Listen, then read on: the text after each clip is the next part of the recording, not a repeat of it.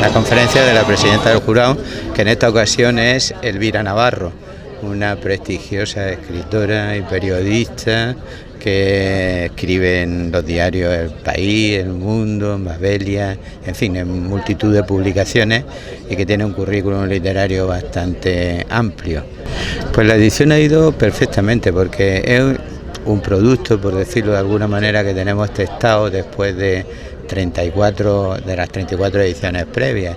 Entonces, evidentemente, el desarrollo del concurso, que es largo, porque empieza en el mes de octubre del año precedente, digo que es largo y trabajoso, pero está estandarizado de tal forma que sobre el mes de octubre se abre el plazo para la recepción de originales, en febrero se cierra, luego hay unos meses donde la comisión lectora hace una selección previa, el jurado hace una selección inicial, que es la que leen y luego seleccionan los 12 finalistas, y luego de esos 12 finalistas se saca el premio del Accesis, que concluyen en la ceremonia de entrega de premios, que siempre es el último jueves, el último viernes del mes de julio.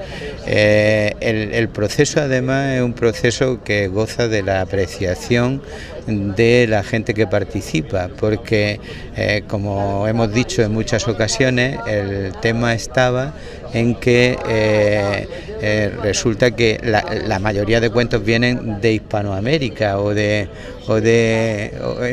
otras partes del mundo, de tal manera que el sujeto que manda un cuento desde Ecuador, pues lógicamente está inquieto ante todas esas fases del proyecto. Nosotros, a través de la página web, damos a conocer todas las fases del concurso, de tal manera que el sujeto va conociendo si el cuento se ha recibido, si el cuento está pasado a la selección inicial, si está entre los 12 finalistas o si finalmente gana.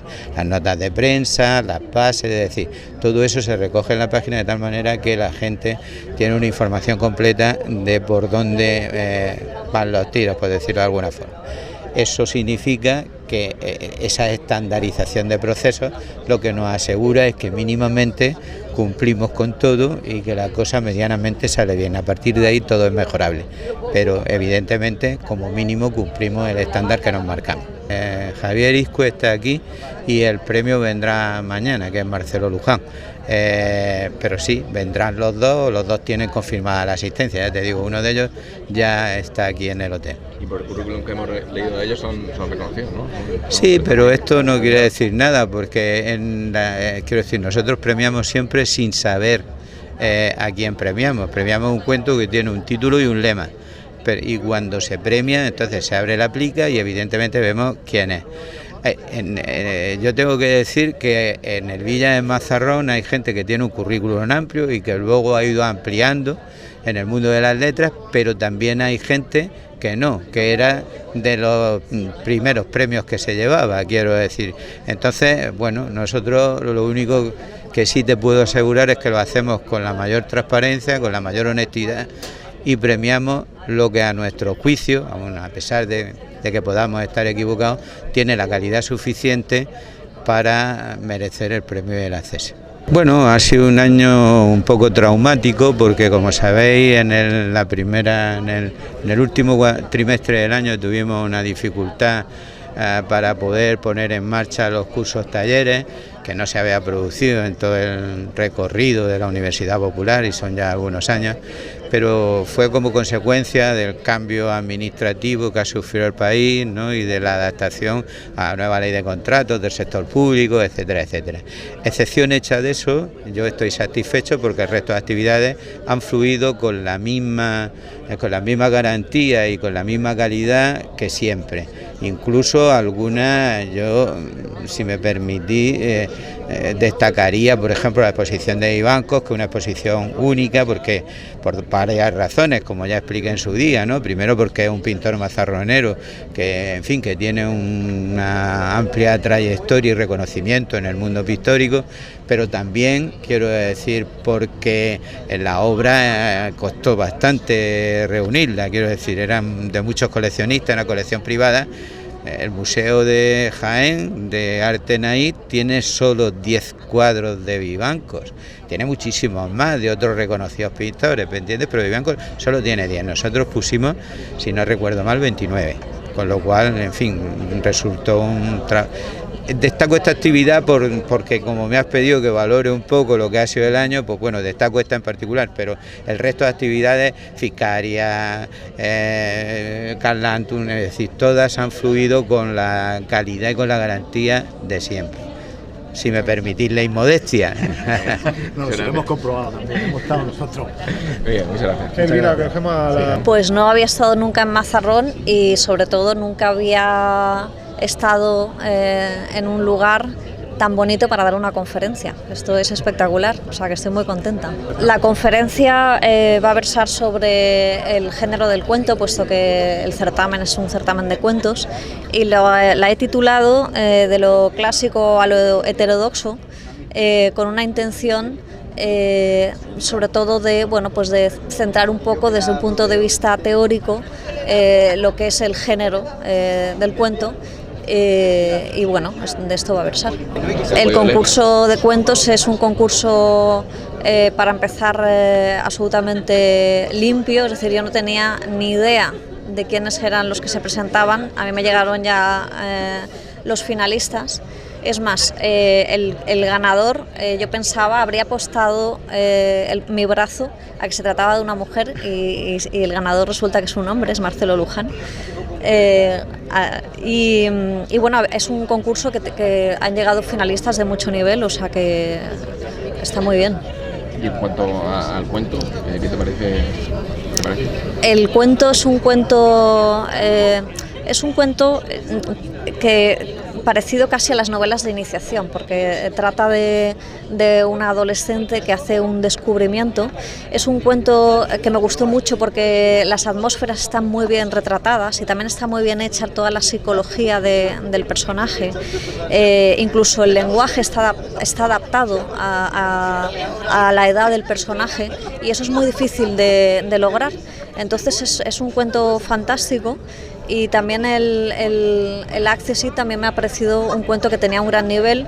En este caso, sobre todo, era, digamos que la gran virtud de este cuento era el lenguaje. Era un cuento muy poético, con una gran calidad en cuanto al lenguaje. Y bueno, son dos muy buenos relatos. A nivel profesional, yo estoy ahora mismo con un libro de novelas cortas. Hace muy poquito yo saqué un libro de cuentos que es La isla de los conejos y ahora estoy trabajando en ese libro y también en un proyecto que llevo trabajando con él bastante tiempo y que yo creo que todavía me queda bastante tiempo, que es un libro sobre Madrid, sobre mi experiencia de la ciudad de Madrid. Cuando se escribe un cuento, se escribe un libro, se hace un relato, ¿se escribe uno solo o se hace uno como tantos lectores hay luego? En realidad los libros de cuentos tienen que estar presididos desde mi punto de vista por algo que los unifique. Es decir, no es un cajón desastre donde cabe cualquier cuento dirigido a todo tipo de... Siempre un libro de cuentos o una novela está dirigido a todo tipo de lector, pero lo idóneo y los buenos libros de cuentos normalmente están unificados, ya sea porque tienen atmósferas distintas, por el tema, por los conflictos, a veces tienen un mismo personaje. Entonces lo ideal, lo idóneo es que los cuentos se puedan unificar, es decir, que no parezca un cajón desastre que uno ha puesto ahí en el libro lo que tenía ahí guardado en el cajón que no sabía qué hacer con él, sino que el libro esté tan meditado como se medita también una novela. Gracias. Gracias. Como bien dice, la primera actividad cultural que asisto como concejal y bueno, siempre es bueno empezar con las citas grandes y esta es una de ellas, la 35ª cita que viene a celebrarse este año con cambio de escenario de hace un tiempo para acá y contento, ilusionado, y yo creo que en este caso, en esta actividad que nos ocupa, siempre vamos a lo seguro, siempre nos todo asegurado, siempre vienen escritores de calidad y la participación no solamente de la gente que presenta trabajo, sino de la gente que participa en la actividad es siempre muy buena. ¿Ideas para cambio del cuento en un futuro? Ideas para cambio hay muchas y en muchos aspectos, y esto no es nada nuevo lo que voy a decir. Yo a José María siempre le he dicho que la actividad esta podría ser incluso más transversal, probablemente las publicaciones de los cuentos, utilizar un poco más la pintura y la imagen en la misma publicación de los cuentos. Yo creo que ahora mismo está muy bien estructurada, las cosas que funcionan no se tocan, se mejoran, y poco a poco habrá que ir mejorando pues todo lo que podamos, con ideas nuevas, con evolución, que es lo que realmente necesita este municipio. Sí, estamos trabajando en un proyecto importante para el año que viene. Evidentemente todavía no puedo deciros nada porque está en embrión, claro. Sí te digo que va a ser bastante transversal en todos los aspectos y que se va a poner en valor la bahía de Mazarrón. Va a ser el eje que coordine todo, que mueva todo. La bahía de Mazarrón va a ser probablemente la protagonista de todo este evento cultural. Imagino también que muy pendiente de los artistas locales, que es siempre una apuesta, por lo menos personal, sí, que siempre sí. Ha llevado Gines y creo que esta vez también lo tiene en mente. Sí, de hecho hay una propuesta de exposición de artistas locales que le daremos cabida en casas consistoriales, como tiene que ser, porque si la gente de nuestro pueblo nos expone en el mejor sitio, en la mejor sala expositiva que tenemos en el municipio, ¿dónde vas a poner? Yo creo que le debemos eso a los artistas locales y debemos que estén reconocidos como se merecen, no solamente en pintura, sino en música. Hay un importante número de grupos y mi intención es firmar un convenio, y así se lo voy a proponer. Yo creo que ahora mismo Almazarrock es la asociación que puede aglutinar a todos los artistas locales en ese sentido, y se lo va a proponer para firmar un convenio de cara a los siguientes presupuestos para que tengan cabida todos los artistas. ¿Hay algún tipo de obra ahí en el Ateneo? Bueno, yo creo que patente está claro que hay obras en la plaza del Ayuntamiento y el Ateneo todos sabemos cómo está y había que asegurarlo para que no se cayese, y lo que hemos hecho ha sido sacar el mobiliario. Incluso hay muebles que estamos tratando para que no desinsertarlo, para decirlo rápido, y guardar el mobiliario que realmente tiene valor para luego ponerlo en valor justamente el que se merece. Y sí, os adelanto que en la medida de lo posible, que yo creo que van a ser muchas, habrá presupuesto este año, en noviembre, si no pasa nada, y habrá presupuesto para arreglar el Ateneo. Muchas gracias. A vosotros. Buenas noches, no sé si se oye ahora. Buenas noches, en primer lugar quería agradecerle su asistencia a la primera actividad de la 35ª edición del concurso de cuentos Villa de Mazarrón Antonio Segado del Olmo. Dentro de los actos programados estamos en la conferencia que lleva por título El cuento, de lo clásico a lo heterodoxo, y la ponente, como todos conocéis, es la famosa escritora Elvira Navarro. Quería también agradecer la disposición de Elvira una vez que se lo planteamos.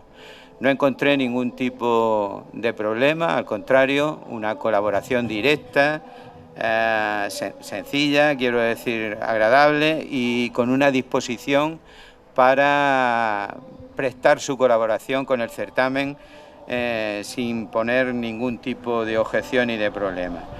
Quería también igualmente, puesto que es la primera vez que tengo la ocasión de dirigirme a vosotros en esta edición, agradecer sinceramente el trabajo del jurado por las innumerables sesiones y las lecturas que han tenido que hacer para que finalmente podamos estar aquí esta noche en la celebración de este acto.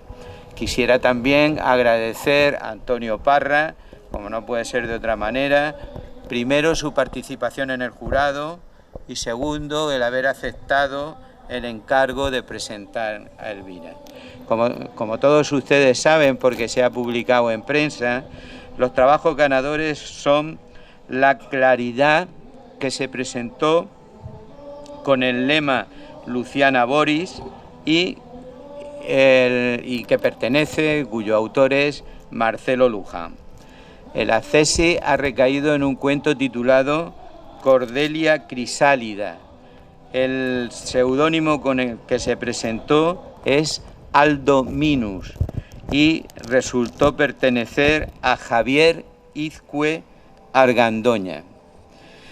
Por último, agradecerles a todos ustedes la atención que nos prestan y que hacen posible que el concurso trascienda a los especialmente interesados. No me alargo más, le paso la palabra a Antonio Parra para que haga la presentación de Elvira Navarro. Muchísimas gracias y buenas noches. Muchas gracias. Gracias, José María. Buenas noches a todos. Yo estoy encantado de estar aquí un año más. Para mí es una cita imborrable, ineludible en el calendario del verano, tanto participar como jurado en este concurso como venir aquí y compartir estas 2 veladas con todos ustedes. Me gustaría empezar, aunque hablamos de un concurso de cuentos y tenemos a una autora, a una narradora, me gustaría empezar con unos versos, bueno, es parte de una canción, quizá alguno de ustedes lo conozca. Cuando veas una estrella fugaz, guárdala en tu corazón. Es el alma de alguien que consiguió dar a los suyos su amor. Cuando oigas a un niño preguntar por qué el sol viene y va, dile, porque en esta vida no hay luz sin oscuridad.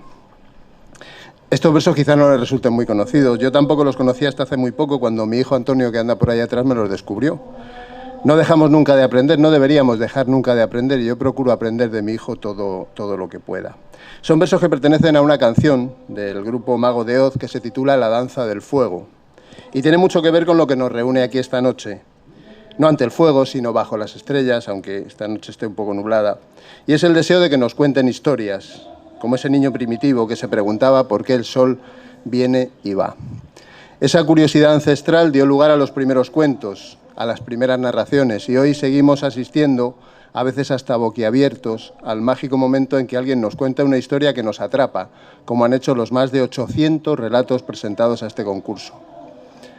Esa necesidad de explicarnos el mundo y explicárselo a los demás sigue vigente por muchos avances que hayamos conocido, si es que los hemos conocido, porque ahora que se cumple el 50º aniversario de la llegada del hombre a la Luna, algunos aún seguimos dudando de que eso se haya producido. Pero bueno, esos avances nos permiten también continuar explicándonos la realidad que nos rodea. Y eso lo agradecemos quienes nos dedicamos a la literatura, porque sin esa necesidad no tendríamos ni para comer. En otro momento de esa canción se habla de que el hombre más sabio es el que sabe que su hogar será tan grande como sea capaz de imaginarlo. Y nuestro hechicero de este fuego de cuentos, José María López Ballesta, demuestra esa sabiduría año tras año, porque él ha logrado que la casa del concurso de cuentos de Antonio Segado del Olmo siga creciendo, aunque en alguna ocasión perdamos a alguno de sus vecinos, como ocurrió este año con nuestro querido José Cantabella, con quien tanto leímos y que ahora nos ve desde arriba, hecho verso ya para siempre. Al igual que ese fuego pretérito, la vida es finita. A veces se interrumpe demasiado pronto y sin que nos satisfaga con ninguna explicación. Pero seguimos adelante, y José María es un ejemplo para todos nosotros, por la gestión, por la sensibilidad, por la calidad humana, por la habilidad para traer aquí a las mejores plumas, como es el caso de quien nos acompaña hoy, Elvira Navarro. Entre todos nos reunimos no ante una hoguera, sino ante una mesa, evitando el calor del que puede que fuera el peor fin de semana del año, a juzgar por las temperaturas. Así que dejamos que el frío artificial del aire acondicionado nos mantuviera lúcidos para dirimir valores y opiniones de las historias que habíamos leído. En la Edad Media en los monasterios estaba el saber y eran lugares gélidos. No sé si de esa forma se aprendería mejor, pero leer y oír historias, aunque le castañeteen a uno los dientes, siempre es mejor que consumirse en hogueras inquisitoriales, de las que hoy, por desgracia, parece que vuelven a construirse unas cuantas. Fuera de la broma del frío, nos encontramos con historias de hombres que pelaban gambas, que quemaban hormigas, que alquilaban amigos, que veían en la claridad espíritus agradecidos, mujeres que añoraban la voz de su marido, criados que veían cómo terminaban sus días arrumbados en extrañas residencias, golpes de Estado, perfumes capaces de sobrevivir al tiempo, mujeres de raza comerciando con su cuerpo en burdeles renacentistas, campos de concentración donde un caramelo era un tesoro y niñas que querían volar, o enfermeras dispuestas a repartir justicia. Esas y otras muchas historias nos hicieron sonreír, emocionarnos, sentir dolor, pena, nostalgia. En definitiva, nos mantuvieron vivos hasta que nos reunimos de nuevo para intentar, esperemos que con buen criterio, elegir a los dos mejores o a los que nos parecieron más completos. ¿Quién sabe cómo acertar en algo tan sutil? En esa reunión se alzó también la voz de quien hoy nos acompaña, Elvira Navarro, una mujer que sabe bien qué es eso de escribir cuentos, porque hace bien poco le ha dado al mundo un libro repleto de ellos que desde aquí les recomiendo. Se titula La isla de los conejos, que alberga un puñado de narraciones verdaderamente espectaculares. Elvira es andaluza, si no estoy mal informado, de una tierra fronteriza como la onubense, y estudió filosofía mientras daba rienda suelta a su imaginación literaria, ganando algunos premios como joven creadora y disfrutando de una beca nada menos que en la residencia de estudiantes, con lo que ese nombre ha significado para la literatura española de los últimos 100 años. Una mujer muy activa en diversas manifestaciones creativas, pues tiene un blog llamado Periferia y un work in progress sobre los barrios de Madrid. Ha sido reconocida por sus méritos en numerosas ocasiones: 25º Premio Jaén de Novela, 4º Premio Tormenta al Mejor Nuevo Autor, finalista del Premio Dulce Chacón de Narrativa, y sus obras han sido traducidas al inglés, francés, sueco, italiano, turco y árabe. Ha colaborado en revistas como El Cultural, Ínsula, Letras Libres, Quimera y en diarios como Público, El Mundo y El País.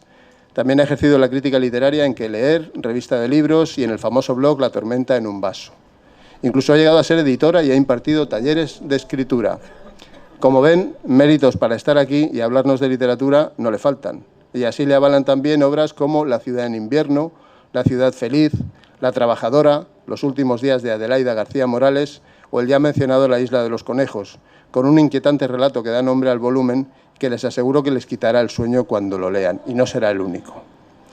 Esta noche ella será nuestra sacerdotisa de la literatura. No tenemos fuego, al menos hoguera, porque calor sí que hay, pero tenemos un palio de estrellas bajo el que pocas cosas pueden lucir tanto como el hecho de que alguien nos hable de su amor por la literatura.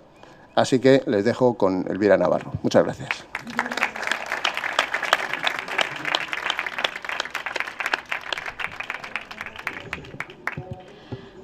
Buenas noches, ¿se oye? Bueno, antes de empezar, quiero manifestar mi agradecimiento al concurso Villa de Cuentos de Mazarrón, a José María López, a Antonio Parra, y también decir que jamás había estado en un sitio tan bello para hablar de literatura. Me parece espectacular y además este jurado me ha rescatado de los calores madrileños, que les aseguro que son infinitamente peores que los murcianos, por lo menos en el día de hoy.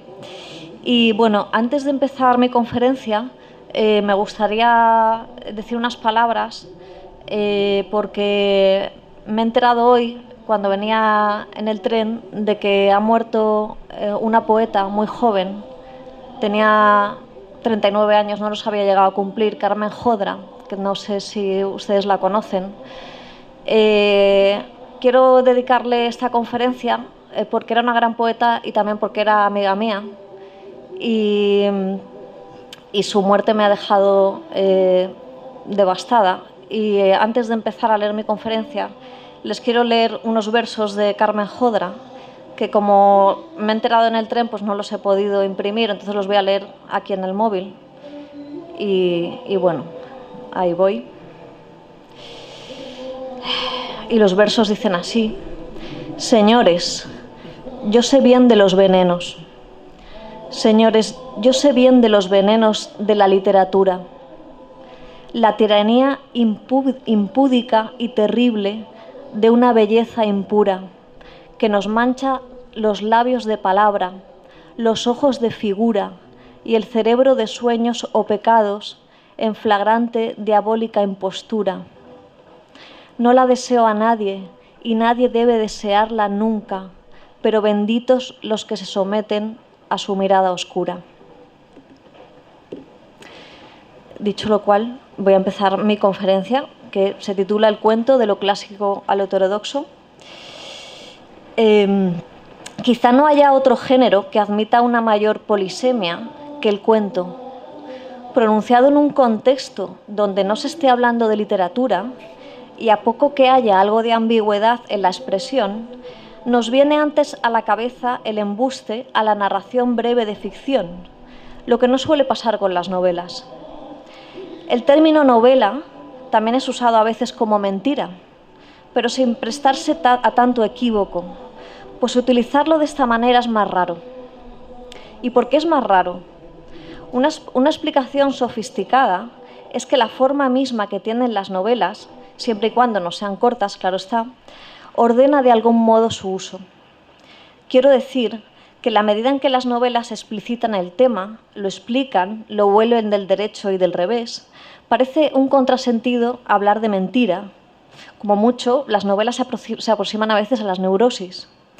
Mientras que en el cuento el elemento fundamental siempre está oculto. Un cuento juega con lo implícito y una novela con lo explícito.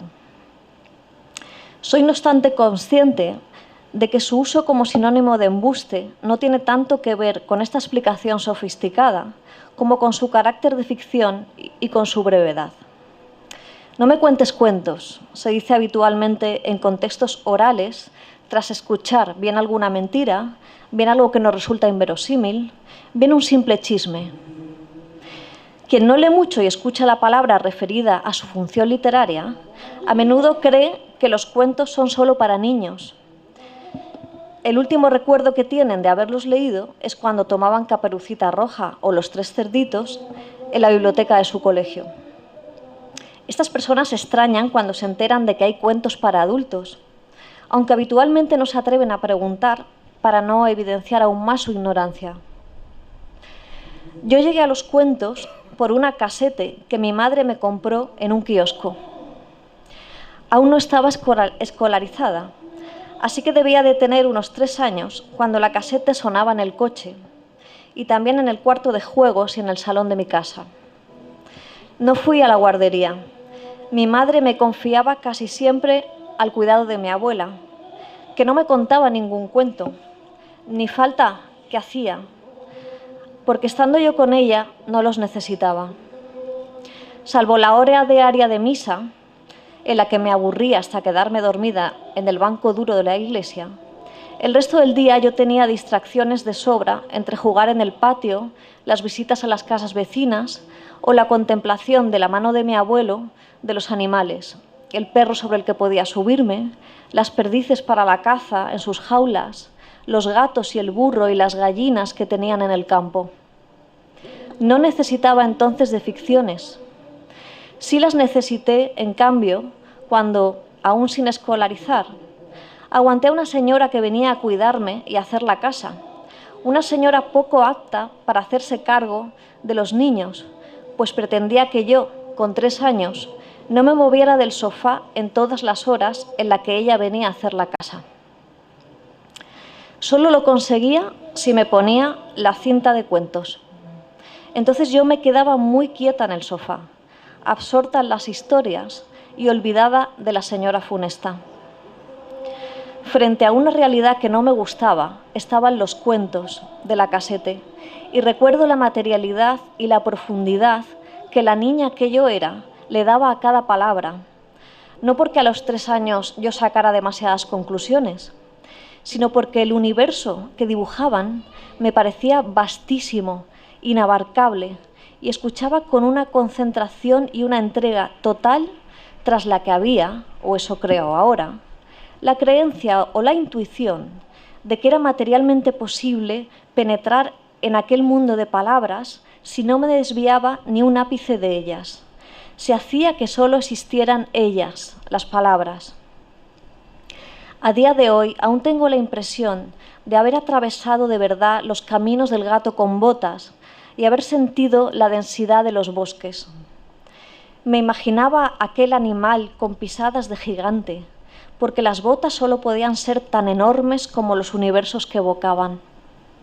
O tal vez se trataba simplemente del sonido de las pisadas, contundente, el que tenía el poder de evocar todo aquel espacio donde estaba a punto de meterme, como Alicia cuando atraviesa el espejo. En realidad no puedo recordar los detalles. Quizá lo que cuento sea un recuerdo inexacto y la profundidad de esos mundos convocados por la palabra no aconteció en interminables mañanas en las que no me podía mover de un sofá, porque una señora malhumorada no me dejaba.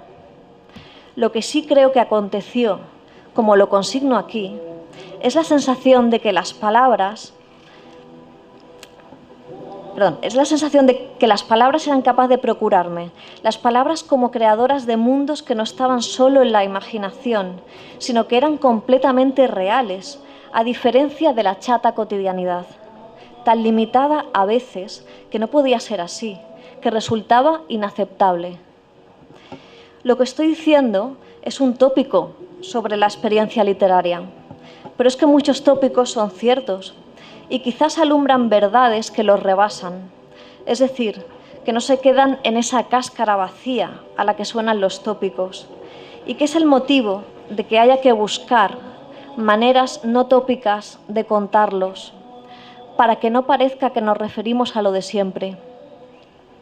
Marguerite Duras decía que escribir consistía en volver a decir, de tal manera que lo dicho pareciera nuevo, para que pareciera que el mundo se nombraba por primera vez.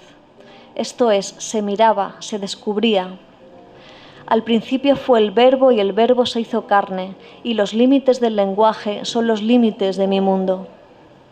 Pero estábamos hablando de los cuentos.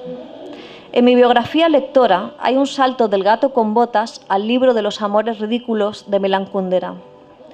Quizá ese salto nunca haya tenido lugar, pero el caso es que no recuerdo los pasos intermedios. A menudo la gente se declara lectora de novelas o de cuentos. Muchos autores de cuentos dejan caer, a veces sutilmente y otras no tanto, que el cuento es superior a la novela. Es el caso de Jorge Luis Borges, quien, preguntado por qué no escribía novela, decía que él creía que eso se debía tanto a su incorregible holgazanería como al hecho de que no se tenía mucha confianza. Es decir, le gustaba vigilar lo que escribía, siendo esto último más fácil en un cuento, en razón de su brevedad, que en una novela, pues mientras que la novela se escribe sucesivamente y luego esas sucesiones se organizan en la mente del lector o en la mente del autor de manera inevitablemente fragmentaria, un cuento es como un soneto. Se puede ver como un todo y por tanto se puede corregir unitariamente y no por partes. En cambio, la novela se ve como un todo cuando uno ha olvidado muchos detalles, cuando eso ha ido organizándose por obra de la memoria o del olvido también.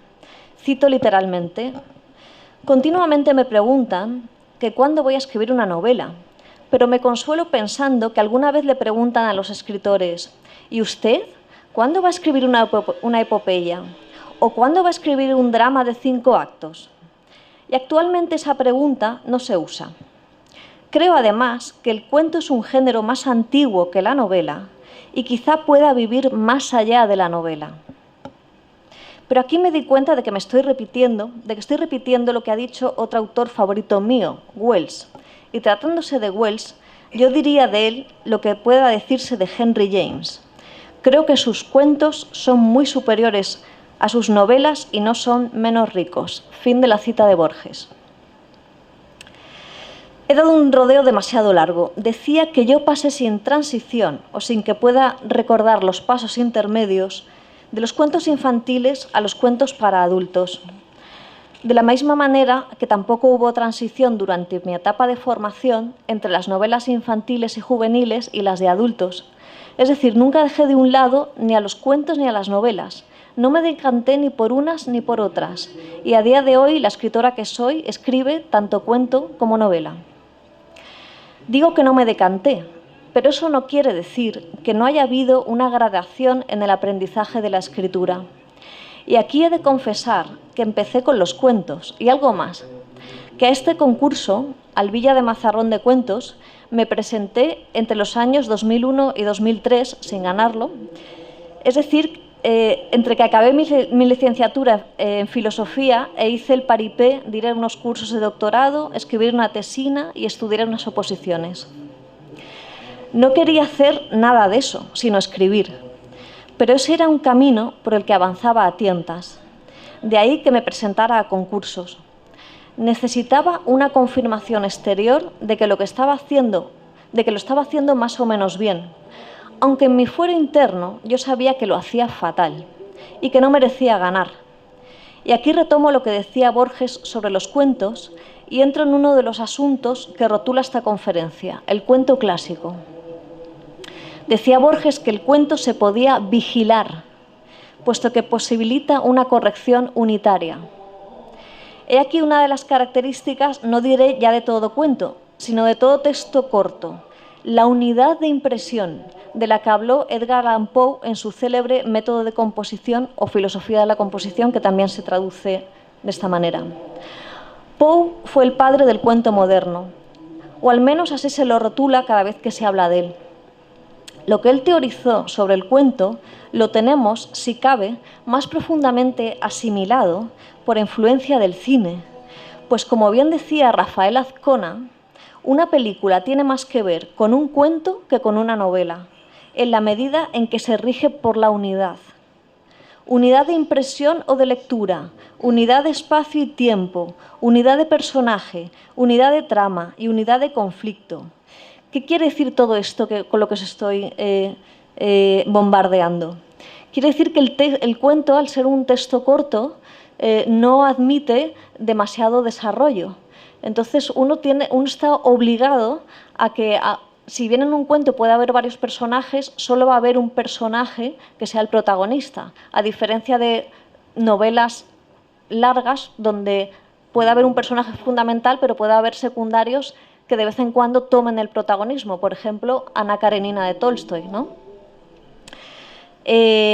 Unidad de impresión. Los cuentos se leen del tirón, ¿no?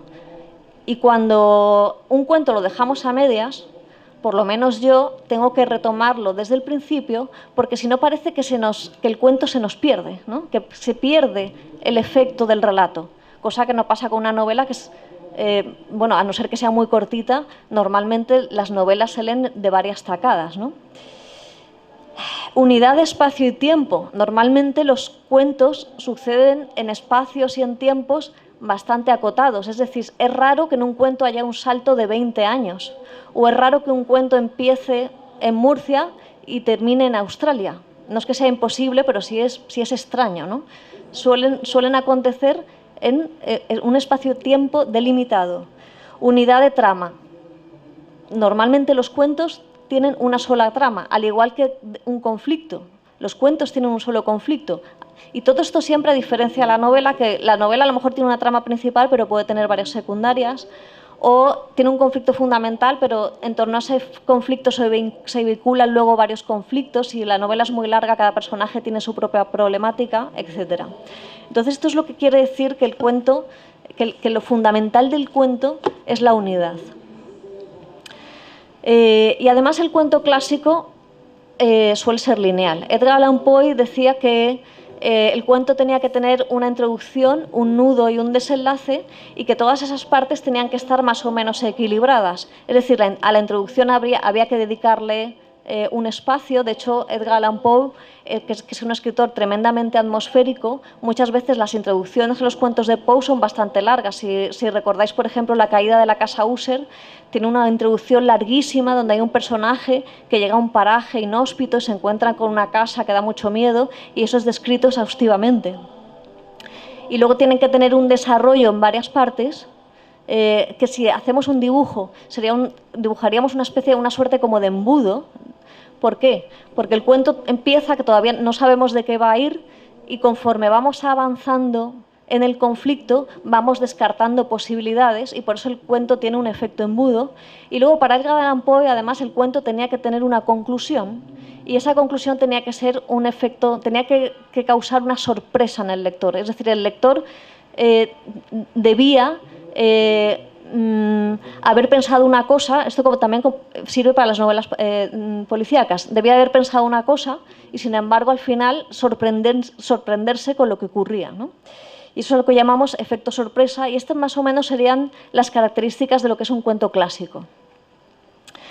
Yo soy profesora de escritura creativa y mis alumnos me confirman año tras año lo que ya había experimentado antes de haberme formado como profesora de escritura creativa y de haber, digamos, ido a las fuentes y haberme empapado de la teoría del cuento. ¿Y qué es lo que me confirman? Que es muy fácil confundirse sobre si uno está escribiendo bien o mal, precisamente porque todos hemos leído muchas novelas y muchos cuentos y visto mucho cine y tenemos la impresión de dominar naturalmente lo que Edgar Allan Poe teorizó. Y no solo es una impresión, sino que es una realidad. De hecho, yo siempre, cuando inicio los talleres, antes de explicarles teoría a mis alumnos, siempre les digo, escribid un cuento. El cuento que queráis, pensad que es para vosotros un cuento y escribid un cuento. Y siempre me encuentro con que los alumnos, sin saber exactamente a qué atenerse, me escriben una narración lineal con una unidad de impresión, de conflicto, de personaje, de trama, de espacio y de tiempo.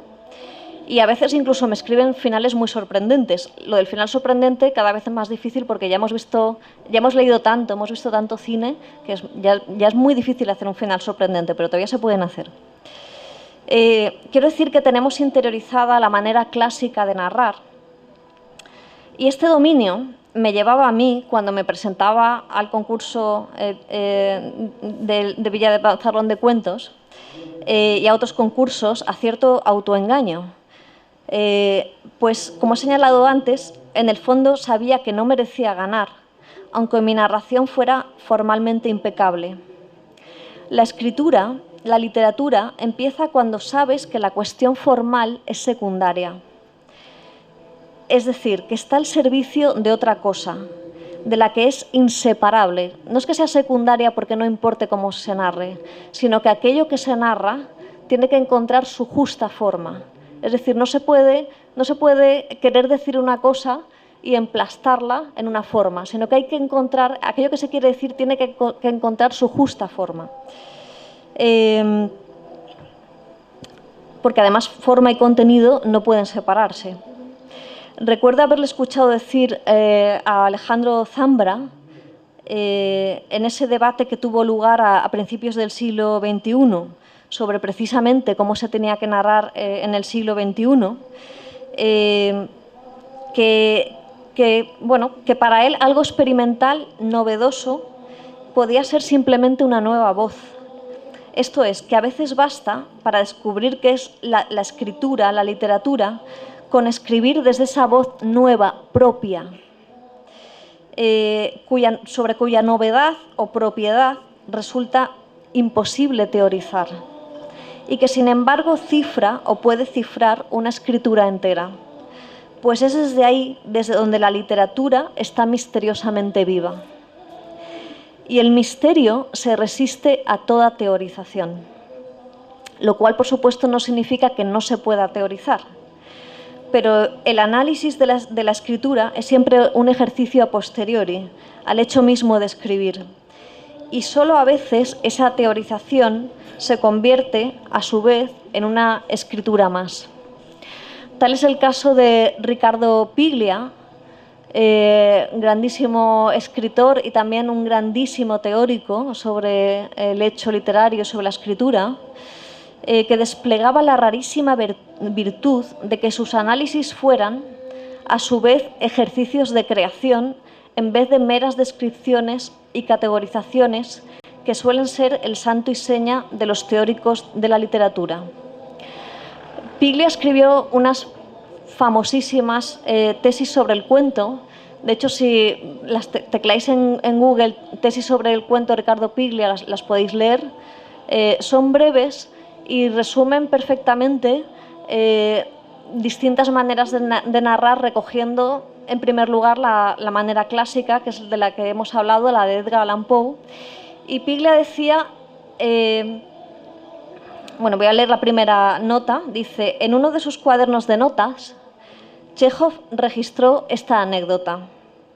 Un hombre en Monte Carlo va al casino, gana 1 millón, vuelve a casa y se suicida. La forma clásica del cuento está condensada en el núcleo de este relato futuro y no escrito. ¿Qué quería decir Piglia con esto? La forma clásica del cuento quiere decir, vuelvo un poco a lo que he dicho al principio, es que el quid de la cuestión de los cuentos es que siempre nos están ocultando algo. Es decir, el cuento trabaja con lo implícito. Un señor va a un casino, gana una fortuna y se suicida. Porque ahí hay un cuento. Porque si ganara una fortuna y se fuera, qué sé yo, a Hawái, no habría ningún cuento. Habría una lógica normal, ¿no? Sin embargo, no sé si ustedes conocen a alguien que haya ganado una fortuna y a continuación se haya suicidado, ¿no? ¿Qué es lo que hay ahí? Un conflicto. Y ese conflicto, ¿qué pasa con él? Que está oculto. Por eso decimos que el cuento trabaja con lo implícito. Entonces, ¿qué decía Ricardo Piglia? Decía, hay una manera de narrar que es la de Edgar Allan Poe, la más clásica de todas, he hecho referencia a ella antes, donde bueno, se contaría la historia de este señor que va al casino, que gana la fortuna, patatín patatán, y luego al final se suicida, y el final acabaría desvelando por qué se suicida. Y si además decimos que tiene un efecto sorpresa, ese desvelamiento nos dejaría sorprendidos, ¿vale? Luego dice Piglia, hay, digamos, una deriva de esta manera de narrar, que también formaría parte de lo que es el cuento clásico, que es la vía que se abre con Chekhov, donde dice Piglia que Chekhov lo que hace es dejar los finales abiertos. Es decir, Chekhov no iría tanto al efecto sorpresa de por qué este señor se ha suicidado, sino que nos dejaría intuir por qué se ha suicidado, pero no lo resolvería y el final sería mucho más abierto, ¿vale?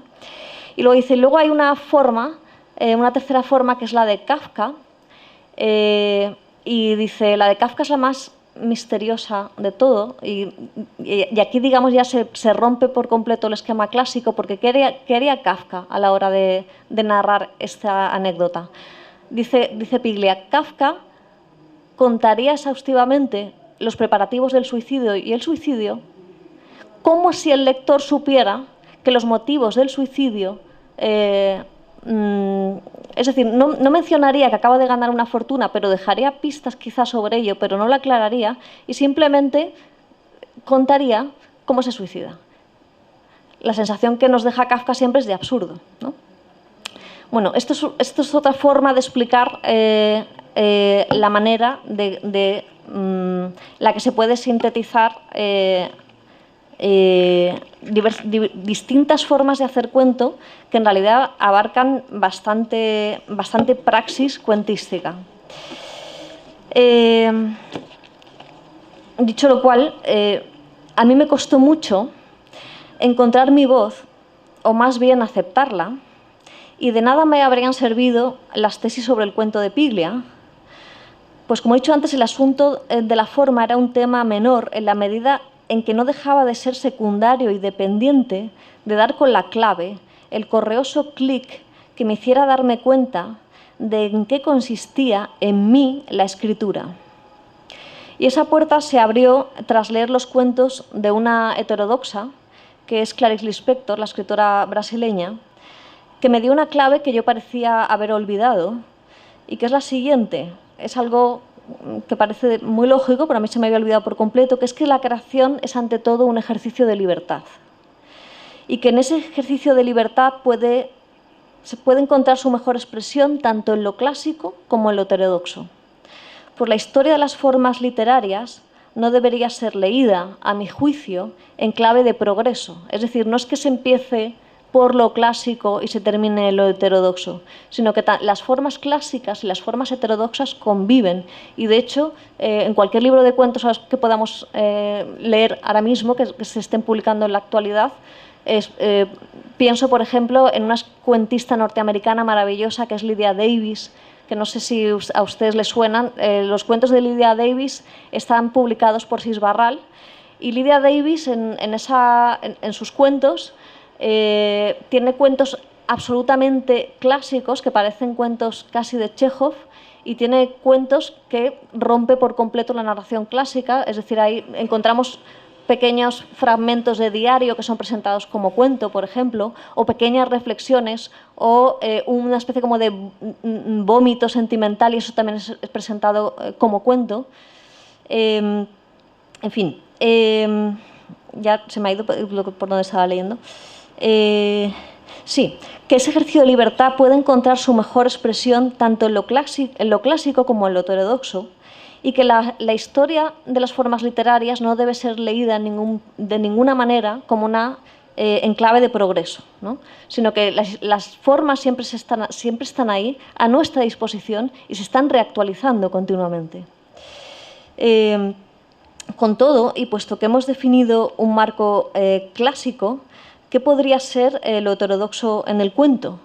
Bueno, pues si el marco clásico era la unidad, podríamos pensar que lo heterodoxo es que no haya unidad. Pienso, por ejemplo, en Todos los fuegos el fuego, que es un cuento de Julio Cortázar, donde se cuentan dos historias a la vez. Una es la historia de una pareja en Francia que tienen una conversación telefónica y bueno, hay una mujer absolutamente despechada, y la otra acontece en la Roma antigua, y es la historia de un gladiador. Entonces están esas dos historias en paralelo contándose y haciendo un juego, ¿no? Ahí estamos rompiendo la unidad, porque ahí ya tenemos dos personajes fundamentales, tenemos dos conflictos. Bueno, aparentemente tenemos dos conflictos, lo que pasa es que se leen como un espejo el uno del otro, ¿no? Tenemos una ruptura del espacio-tiempo absoluta. Bueno, también he pensado en Lydia Davis, que ella, bueno, cualquier cosa en un momento dado lo puede considerar como un cuento. ¿Y por qué es válido como cuento? Porque a veces los fragmentos que ella mete en los libros de cuentos, donde también hay muchos cuentos con una forma perfectamente clásica, pues esos fragmentos están haciendo un juego con el resto de los cuentos. Porque un libro de cuentos, lo que sí que sucede, y por lo que se parece a una novela, es que lo leemos en conjunto. Es decir, aunque cada pieza se pueda leer por separado, sin embargo, un libro de cuentos también tiene un efecto acumulativo, al igual que la novela, y unos cuentos están dialogando con otros, ¿no? Con lo cual yo me puedo permitir, pues, poner un cuento clásico, luego poner un pequeño microrelato, luego poner un trozo de mi diario, y eso hace un juego, ¿no? En fin, vendría a ser esta ruptura de la unidad, que también significa una ruptura de la linealidad. Por ejemplo, Amy Hempel, que es otra narradora norteamericana, tiene un cuento famosísimo que si lo tecleáis en Google se llama La cosecha, es un cuento maravilloso, y en La cosecha se cuenta una historia, pero se cuenta como fragmentariamente, es decir, al final está al principio, luego pasamos al principio, luego pasamos al medio, luego volvemos otra vez al final. Vendría a ser un poco, no sé si habéis visto la película Memento, yo la vi hace mucho tiempo, pero es un protagonista que tiene una especie como de problema de memoria y va recordando a retazos y de manera desordenada, y en ese puzzle el espectador, o en el caso del cuento de La cosecha de Amy Hempel, el lector va, digamos, completando las piezas, ¿no? En fin, hablamos de la ruptura de estas normas, de las normas clásicas, que lo que a este género respecta, al cuento, han llegado a ser excesivas, al menos en los ámbitos de los talleres de escritura, donde siempre se enseña, por ejemplo, un principio de economía donde no debe de sobrar ni faltar nada. No sé si esto les suena. En un cuento no puede sobrar ni faltar nada. Esto, en cualquier manual de escritura creativa, bueno, no en todos, pero sí en muchos, está, ¿no? Y esto se enseña, ¿no? Pero esto es una falacia, Pues como bien apuntaba uno de nuestros grandes cuentistas, Eloy Tizón, en una conversación con otro gran cuentista y narrador que es Andrés Neumann, esta conversación se publicó en El Asombrario, también ustedes si lo googlean lo pueden encontrar, la conversación que se llama El cuento como acelerador de partículas. Decía Eloy Tizón, cito, esa frase acerca del cuento en el que nada sobra ni falta es una frase maldita que habría que erradicar.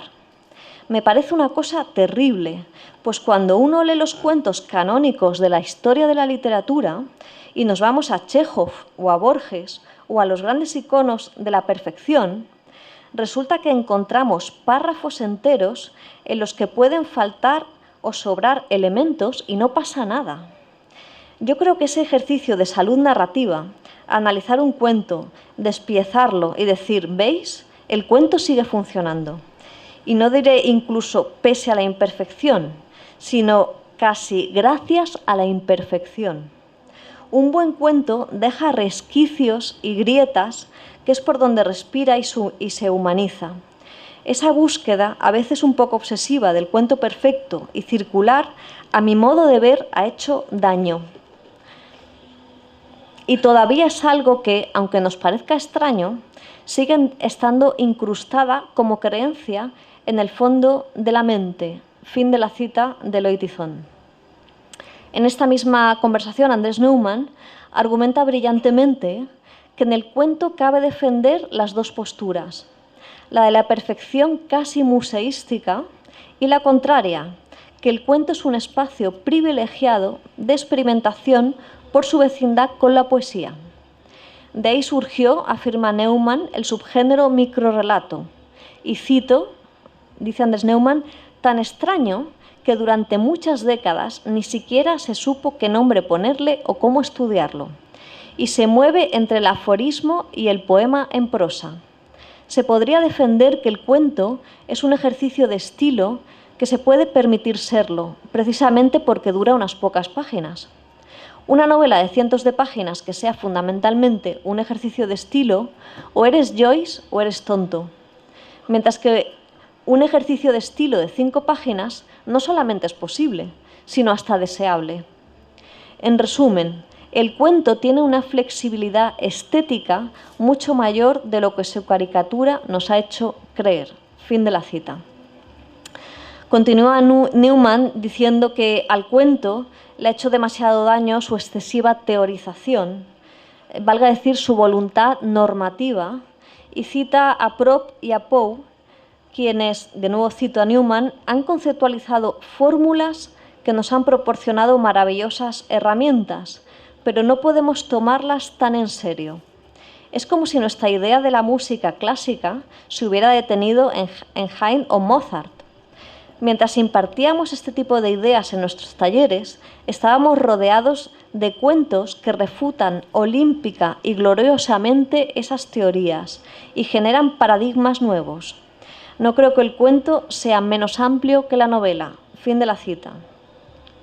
Yo, a todo esto, por mi parte, ya para terminar la conferencia, diré que aunque sea más costoso, creo que está muy bien, en realidad, que esas herramientas no aprenderlas a priori. Es decir, y a pesar de que yo soy profesora de escritura creativa y que yo doy las herramientas como un a priori, pero creo que hay algo de un gran valor en ir descubriéndolas por uno mismo conforme se descubre lo que uno quiere contar y se da cuenta de que su mejor forma es esta o la otra.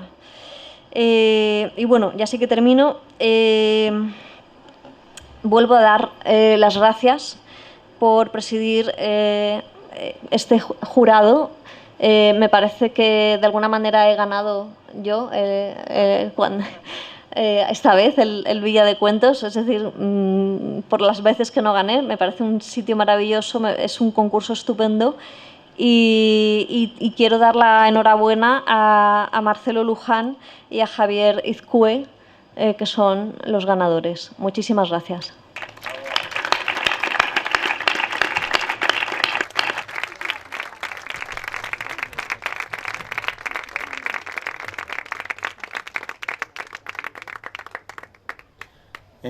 La conferencia ha terminado y les emplazo para mañana a la ceremonia de entrega de premios que tendrá lugar en este mismo sitio, en este enclave, a las 11 de la noche.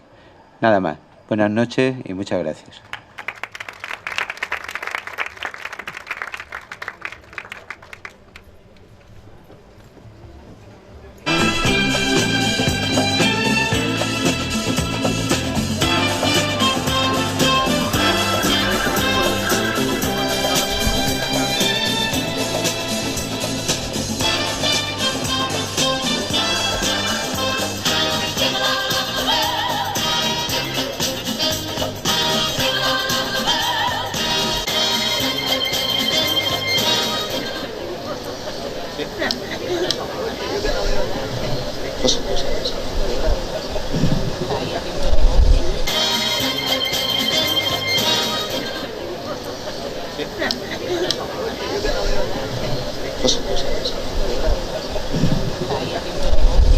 Vamos.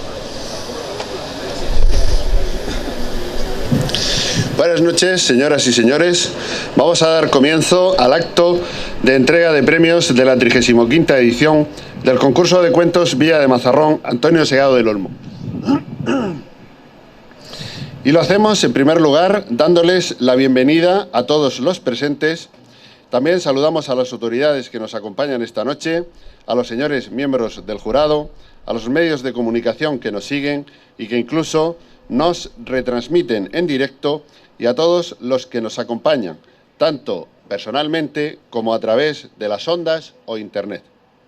Hoy es una fecha señalada dentro de la trayectoria del Villa de Mazarrón, porque esta noche se cierra la edición de un simbólico y redondo número, el 35 aniversario, que a su vez representa las ediciones reales del certamen, aunque como todos ustedes bien conocen, la edad del mismo es ligeramente superior al haber algún año entre medio en el que, por vicisitudes, no se llegó a convocar. A lo largo de estos 35 años han sido muchos los autores y las figuras que han pasado por el Villa de Mazarrón, entre los que me voy a permitir citar en calidad de presidentes del jurado a escritores de reconocido prestigio como Clara Janés, Fernando Sánchez Dragó, Antonio Lucas, Luis Alberto de Cuenca, Andrés Trapiello o Zoé Valdés, por citar brevemente algunos de ellos. Por eso, hoy es uno de esos momentos especiales en los que nos reunimos en torno al Villa de Mazarrón y con un toque especial tras escuchar la magnífica y didáctica conferencia ofrecida en la noche de ayer por la escritora invitada este año al certamen en calidad de presidenta del jurado, Elvira Navarro, y donde pudimos aprender muchos detalles sobre el cuento y, lo mejor, a entender los mecanismos que subyacen en su elaboración. Y puestos a hablar de simbolismos, también celebramos el poder estar aquí, en la terraza del Hotel Alegría Dos Playas, por ser un espacio emblemático dentro de la historia del turismo en la localidad y todo un símbolo y referencia obligada del devenir del municipio en el último medio siglo. En nombre de la Universidad Popular de Mazarrón, el Ayuntamiento de Mazarrón y las diversas entidades que colaboran en la edición del certamen, les animamos a participar en esta entrega de premios y celebrar una de sus mayores cualidades, a la que también se hizo referencia en la noche de ayer, y es la trayectoria que ha mantenido en el tiempo y la importante labor desempeñada por el Villa de Mazarrón durante todos estos años. Hoy podemos afirmar, sin temor a equivocarnos, que el Villa de Mazarrón ha crecido y vive un momento de renovada madurez. Una iniciativa impulsada desde nuestro municipio y que se nos muestra como una de las primeras citas literarias de nuestro país y referencia obligada para muchos escritores y amantes del mundo de las letras. Y sin más preámbulos, vamos a iniciar esta velada literaria con las primeras palabras institucionales de la noche. Escucharemos a continuación al concejal de Cultura para la apertura del acto propiamente dicha. Tiene la palabra el concejal de Cultura, don Ginés Campillo Méndez. Bien, buenas noches, y para mí es un honor y sobre todo un placer poder darle la bienvenida a este acto de clausura y entrega de premios del concurso de cuentos Villa de Mazarrón, sobre todo cuando tenemos la responsabilidad Y aquí hablo de políticos, de funcionarios, de manejar un presupuesto y dedicarlo a cultura, además pensando que es inversión de futuro, no gasto, como dicen algunos. Es para mí un honor volver a participar en este acto como concejal de Cultura, y además la 35ª edición, y solamente quiero darle las gracias, evidentemente, a quien da vida a este concurso, que es la Universidad Popular, porque al final los que estamos cerca de la cultura queremos un evento que perdure, que dé prestigio, que sea importante y que ponga a Mazarrón en el horizonte. Y yo creo que esto lo cumple con creces este concurso de cuentos. Basta solamente decir 35 años, como decíamos anteriormente. Quiero agradecerle la participación a todas las personas que han presentado su trabajo, más de 800, al jurado, a quien representa especialmente esta noche Elvira Navarro, a todos los presentes, y que sigamos apostando por la cultura en este pueblo, que será el futuro del mismo. Muchas gracias.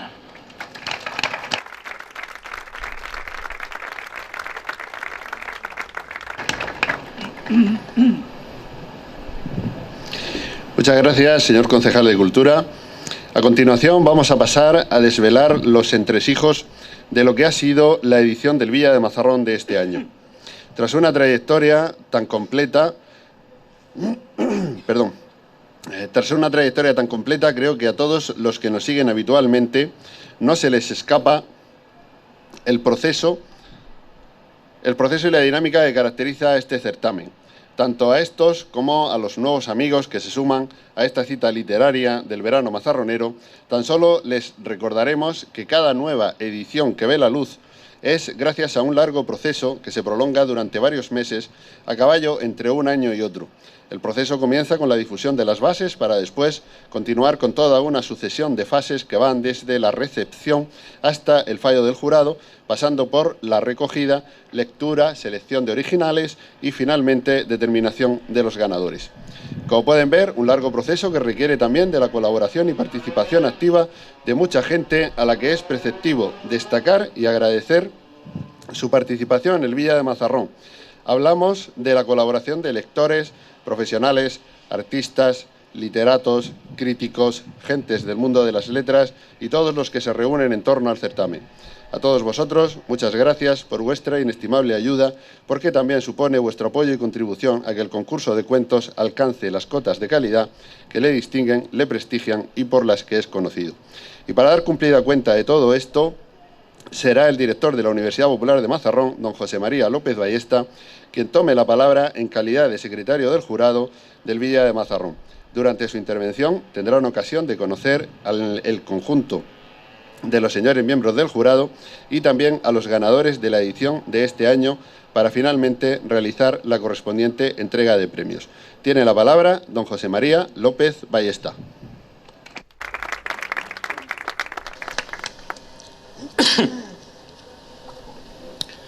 Buenas noches. Como decía el pasado año, sean bienvenidos a la noche de los cuentos. A la noche donde Mazarrón se viste con el traje, donde los cuentos son lo importante y donde desde el egoísmo de un actor que reconoció en esta noche muchas de sus experiencias y tuvo la sensación de que algunas de las impresiones que quedan después de haber vivido dentro de una memoria que es a la vez corazón y cabeza, eran suyas, pero también de todos ustedes que participan cada año de esta fiesta, que es la ceremonia de entrega de premios del Villa de Mazarrón.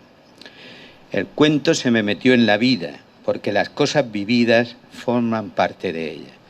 Esto hace posible el redescubrimiento de las visiones escondidas entre las anécdotas de los personajes que uno vive, para tener la oportunidad, en todo caso, de volver a equivocarse. Decía Borges que no creía, contrariamente a la teoría de Poe, que el arte, la operación de escribir, sea una operación intelectual. Pensaba él que lo mejor es que el escritor intervenga lo menos posible en su obra. Esto puede parecer asombroso, sin embargo, no lo es. En todo caso, se trata, curiosamente, de la doctrina clásica.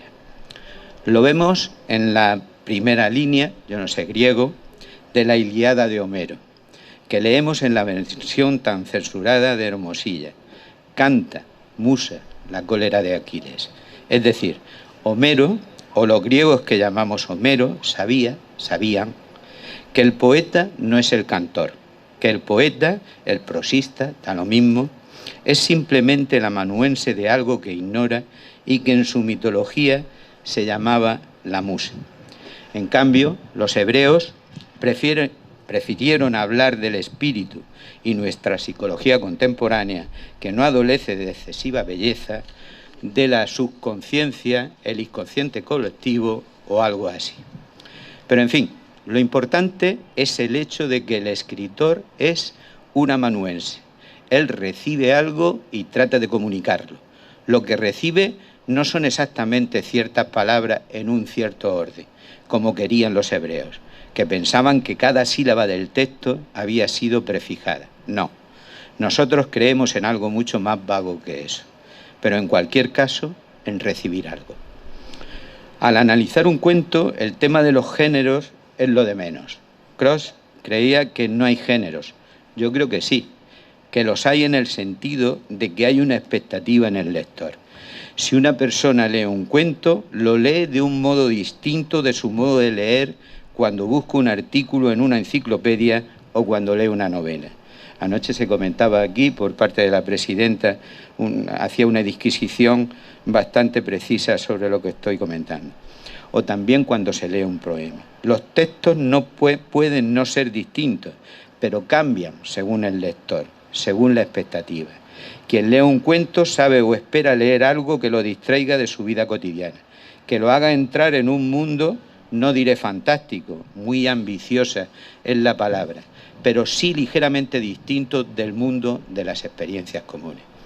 Siempre partimos de una palabra que usamos casi todos los días sin darnos cuenta de lo misterioso que hay en ella. Dijo Chesterton que es natural que lo real sea más extraño que lo imaginario, ya que lo imaginado procede de nosotros, mientras que lo real procede de una imaginación infinita, la de Dios. Los cuentos son relatos breves de peripecias inventadas, normalmente ingeniosas, realistas o fantásticas, y en algunas ocasiones con un objetivo moral. Argumentábamos hace unos años que el cuento es el exponente de la vocación fabuladora de unos cuantos que tienen la prodigiosa habilidad para fabricar relatos adecuados y correctos, como se diría hoy, con los que poder suplantar la realidad o al menos rellenar los agujeros de la ausencia, historias urdidas por la imaginación, pero que impregnan la vida para un cuentista, porque para un cuentista la fantasía y la realidad van juntas, y porque los recuerdos empezarán a abandonar al autor y entonces ya solo le quedará repasar y repasar para buscar otro final. Sin confundir imaginación con fantasía, todos los mundos oníricos que comporta y de los que se nutre la literatura tienen mucho que ver con la racionalidad del autor. Uno no puede sustraerse a tal efecto aunque lo pretenda. Cuando decimos que el cuento te aprisiona nada más empezar a leerlo, estamos evidenciando la disposición de los elementos que constituyen el relato para que, llegados a la inteligencia del lector, le impresionen de tal manera que no pueda prescindir de ellos en absoluto. Aun después de esta opinión, nos atrevemos a decir que el cuento, en la mayoría de ocasiones, es una lúcida crítica sobre la incomprensible simpleza de la condición humana, porque a través de una escritura con una economía de recursos que extrañamente mezcla ligereza y densidad, y con una escueta prosa se confirma lo que es un clásico, un género, una forma expresiva que cada día cala más hondamente en la antedicha condición humana. Nosotros, como cada año con este acto, hacemos un comentario que supone una reflexión sobre el cuento y es sobre todo una reflexión sobre nuestra época, donde el cuento como género es opinable, aunque hemos tratado de explorar algunos caminos que nos llevan a pensar que estamos viajando en el tiempo de la adopción de este nuevo constructo cada vez más aceptado por todos. Nosotros seguiremos trabajando para que este mundo de realidades y ficciones nos ayude a mantener viva la idea de que el cuento siempre ha cooperado a concebir el mundo de forma que todo parezca una realidad difusa donde la invención juega un papel importantísimo. Espero no haberles cansado con esta pequeña exégesis acerca del cuento. Ahora quería presentar al jurado que en esta ocasión ha dictaminado acerca de la calidad de los trabajos y ha otorgado los premios de esta edición. Elvira Navarro, periodista y poeta. Ginés Aniorte, escritor. Antonio Parra Sanz, escritor. María Ángeles Rodríguez Alonso, profesora en la Universidad de Murcia. Fernando Fernández Villa, editor, y yo mismo, que hago las veces de secretario. Antes de continuar, quisiera tener unas palabras de agradecimiento a un miembro del jurado que ha estado con nosotros los últimos años y que, desgraciadamente, nos ha dejado hace poca fecha. Quiero tener un recuerdo emocionado a la figura de José Cantabella Miras, escritor y poeta murciano que ha colaborado con el Villa de Mazarrón, dándonos, como siempre, lo mejor de él mismo. Quería también, como en anteriores ediciones, agradecer de forma sincera el trabajo del jurado, que ha actuado con celo, con altruismo y, sobre todo, con una gran honestidad, haciendo posible que la calidad de los cuentos galardonados sitúen a este concurso como uno de los más importantes en esta modalidad literaria. Parece fácil, pero os aseguro que leer y escoger entre tantos cuentos como los que han concurrido en esta ocasión es una labor dificultosa.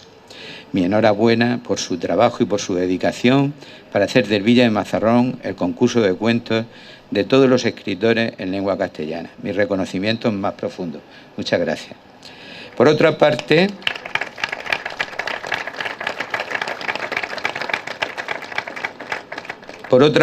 hay que hacer notar que el concurso ha registrado una participación alta, llegando a los 863 originales en esta 35ª edición, recibiéndose cuentos de prácticamente toda Hispanoamérica y también Canadá y Estados Unidos. Asimismo, se han recibido cuentos de la mayoría de países de la Unión Europea.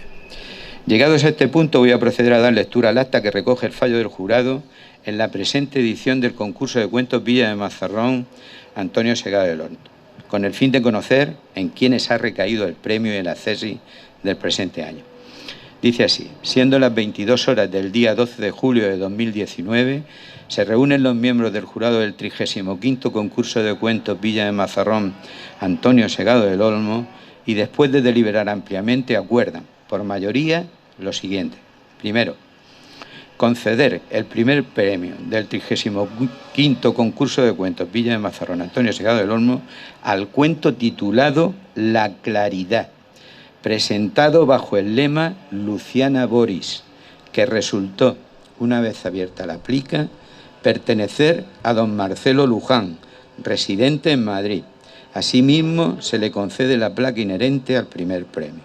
Segundo, conceder el acceso al cuento titulado Cordelia Crisálida, que se presentó bajo el lema Aldo Minus, siendo su autor don Javier Izcue Argandoña, residente en Pamplona. También se acuerda concederle la placa inherente al acceso.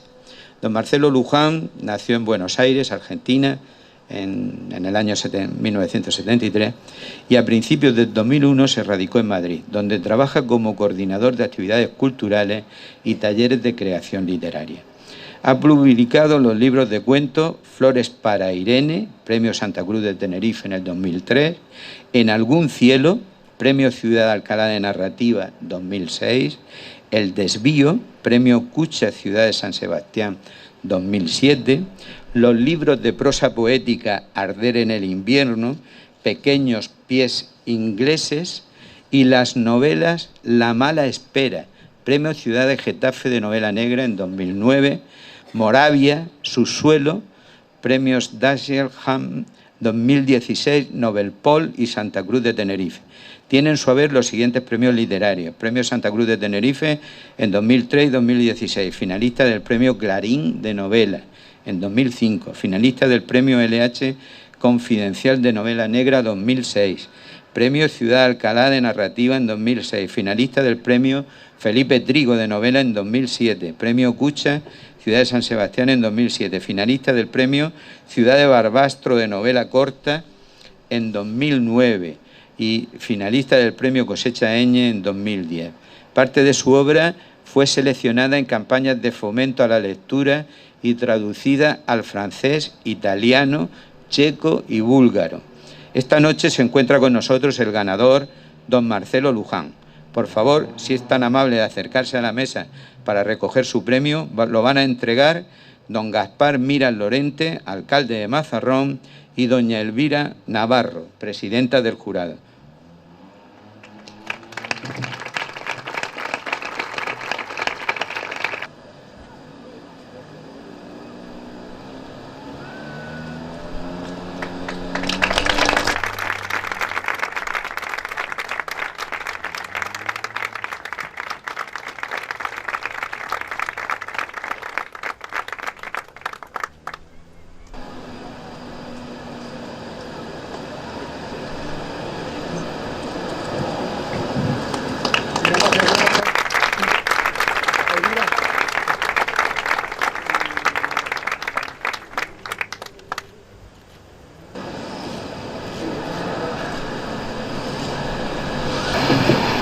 Buenas noches. Nada, lo primero, gracias a los miembros del jurado y también, por supuesto, a los organizadores de este premio, el Ayuntamiento de Mazarrón y la Universidad Popular. Y también quiero saludar y recordar que todo buen premio literario debe tener una buena preselección. José María lo hablaba en el trabajo, en el recorrido que hacen estos cuentos hasta llegar a los miembros del jurado. Y hace un ratito me crucé con un señor hermoso que está por ahí, que sin querer me dijo: yo trabajo en la preselección. Y me parece que es muy saludable que un buen concurso tenga una buena preselección. Si no hay una buena criba de entrada, los jurados de la fase final poco pueden hacer, ¿verdad? Así que son unos lectores muy importantes que están trabajando siempre en la sombra, que nunca salen en las fotos ni nada, pero los quiero saludar porque, bueno, este triunfo con el compañero Javier que tenemos hoy aquí también es parte de ellos, ¿no? Bien, dicho esto, se hablaba recién aquí del género. No pude estar en la charla de Elvira Navarro ayer sobre el cuento. Es un género, como veis en mi acento, con el que me eduqué, un género con el que me crié como latinoamericano y sobre todo como rioplatense. Es algo casi inherente a nosotros en cualquier momento de nuestras vidas, escribir cuentos, ¿no? En algunos casos buenos. Así que yo, como también decía José María López hace un ratito en este prontuario que leyó de mí, sí, empecé escribiendo cuentos. Tuve la suerte también de que esos cuentos reunidos en colecciones ganaron premios que me permitieron ser publicado, que es un poco también lo que todos los autores deseamos. En ese momento era joven y valiente y mandaba más concursos y escribía más, sobre todo. Y después, bueno, ya no somos ni jóvenes ni valientes, entonces nos dedicamos a géneros un poquito más vagos. Con todo respeto, esto no es peyorativo, ¿no? Empecé a escribir novelas, de vez en cuando me rayo y escribo prosa poética, que me ayuda mucho a salir de la oscuridad que abordan casi todos mis textos de ficción. Pero hace 2 años y medio, después de mi última novela, después de Subsuelo, sentí la necesidad de escribir cuentos nuevamente, de volver a las fuentes y escribir cuentos. Es un género muy complejo, los que escribimos ficción lo sabemos, es el género más complejo de ficción, a mi juicio, el más complejo, el más reglado y el más estricto, y necesitaba volver a escribir cuentos, ¿no? Así que cometí la locura de intentar escribir una colección de cuentos, es decir, un libro de cuentos de cero, sin ningún refrite, sin recuperar ningún texto, nada, fue muy ardua la labor, más ardua que la escritura de una novela, donde pasás la página 40, 50 y más o menos luego es cuestión de no distraerse. Aquí terminas un texto, un cuento y te quedás sin nada, tenés que empezar de nuevo, tenés que ser estupendo de nuevo, crear una historia nueva, elegir las voces de nuevo, etc. Terminé ese libro y lo que hice, bueno, fue algunos cuentos que me parecían que podían funcionar funcionan de modo autónomo, porque esa es la labor del cuento, pero hay muchos que funcionan en conjunto, entonces, bueno, algunos de los cuentos que me parecía que podían funcionar de modo autónomo, que tenían una extensión más o menos decente para no aburrir a nadie, lo mandé a 3 o 4 premios en distintas fechas, premios que siempre le tuve mucho cariño, que, insisto, cuando era joven y valiente mandaba, y el Villa de Mazarrón es uno de esos, ¿no? El prestigio lo grababa en la radio, un compañero de aquí del municipio que me llamó para hacerme una entrevista, me preguntaba por qué este premio, y a mí me parece que los premios, los escritores lo sabemos, el prestigio se forma con 2 valores principales. La dotación económica, hay que ser sincero en eso, y segundo, la antigüedad, la trayectoria que tiene el premio, ¿no? A partir de ahí, cuando un premio tiene ese prestigio, el nivel literario y la calidad literaria sube, evidentemente, y está bueno poder competir con otros compañeros y compañeras que tienen tanto talento. Me estoy enrollando un montón, ¿no? Ya, nada, bueno, es un placer para mí poder estar hoy aquí, en esta situación espacial maravillosa en la que estamos, que todo hay que decirlo. No he traído papel, siempre me prometo traerlo y apuntar todas las cosas que quiero decir, y siempre se me olvida. Pero bueno, creo que más o menos dije todo. El texto lo tenéis por ahí, en la claridad. Es un texto que habla, soy malísimo y siempre cuento al final, así que me tengo que cortar. Es un cuento que habla sobre la soledad y sobre todo sobre el luto, ¿no? Ante la pérdida de una persona muy cercana. Me pareció, la primera imagen que me pareció literariamente potente era en una edad de mucha fragilidad emocional, como es la preadolescencia, pues a una chica que pierde su madre, le toca ir ese verano a la casa de su tía, y su tía es gemela idéntica a su madre, ¿no? Ese primer golpe de esa chica ante su tía, la que conoce toda la vida, pero que es idéntica a su madre recientemente muerta, me pareció una figura literaria potente, y a partir de ahí pues empezamos a contar esta historia, arriesgadamente escrita en primera, con una voz femenina de 17, 18 años, pero bueno, hay que arriesgar, hay que ser valientes, que es lo que siempre hay que decirle a los compañeros y compañeras. Escribimos ficción porque somos valientes y siempre tenemos que correr riesgos narrativos, a veces salen mejor y otras veces peor. Les agradezco la lectura, les agradezco que estéis aquí y nada, un placer.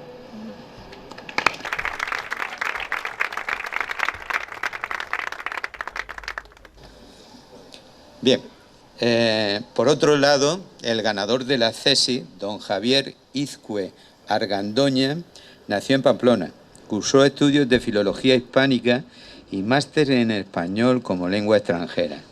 Se ha dedicado profesionalmente a la enseñanza de español a extranjeros en las universidades de Tancang y Salamanca y actualmente es profesor en el IES Basoco de Pamplona.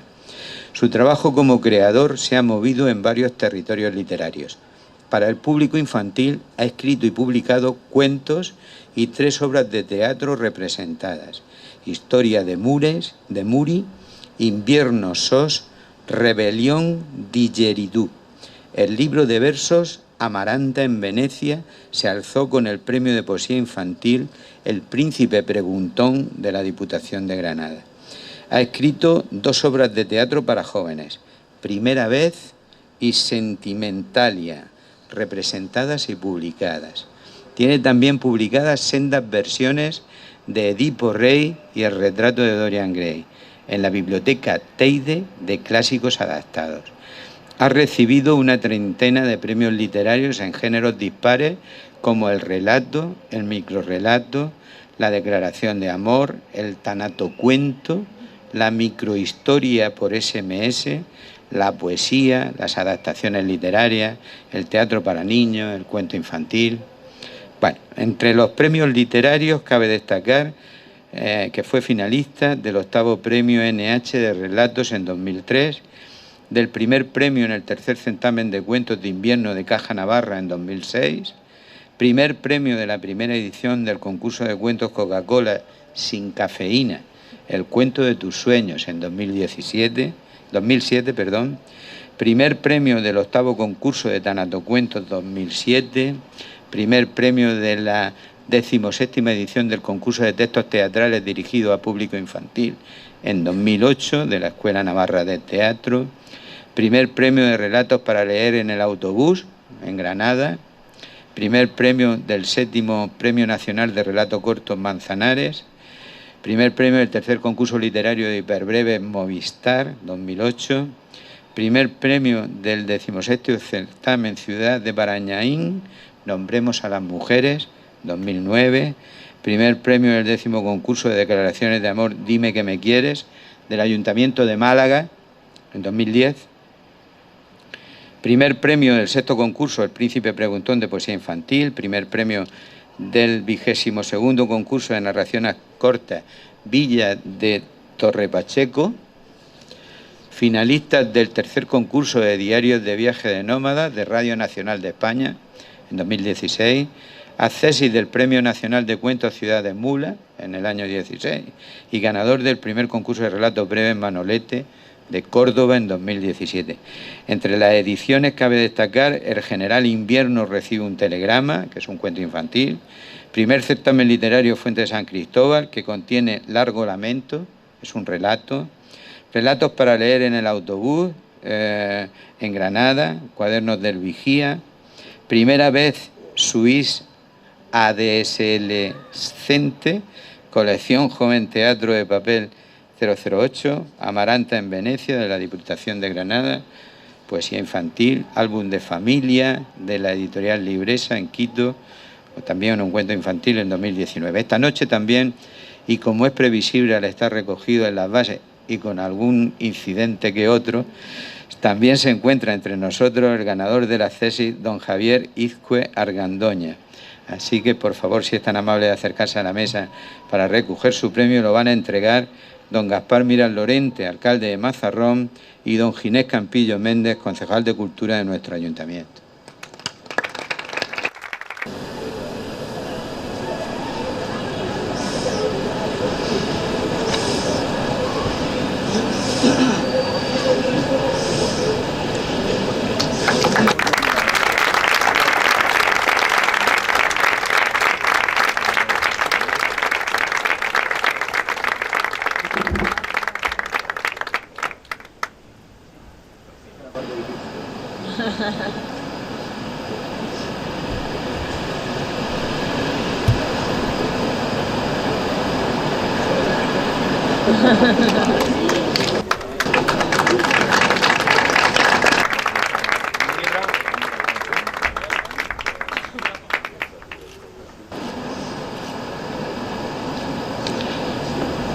Tiene la palabra don Javier Izcue Argandoña. Muy buenas noches. Como habrán visto por mis apellidos, yo no soy rioplatense. No me ha quedado más remedio que escribirlo al saber que el ganador era argentino. Bueno, perder con Argentina es como sentirse holandés. El que sepa de fútbol ya me ha entendido. Me permitirán que yo lea. Vengo de una tierra no muy romanizada y, por tanto, necesitamos el apoyo escrito. Mis primeras palabras han de ser de agradecimiento al jurado por haber honrado este relato con su lectura y con su consideración, por supuesto. Para los que escribimos en la sombra y con dudas, pues estos reconocimientos, desde luego, nos ayudan a seguir confiando. Así que, gracias. También quiero expresar mi agradecimiento a la organización, a la Universidad Popular de Mazarrón, a José María, que se ha desvelado por mi venida aquí. Muchas gracias también.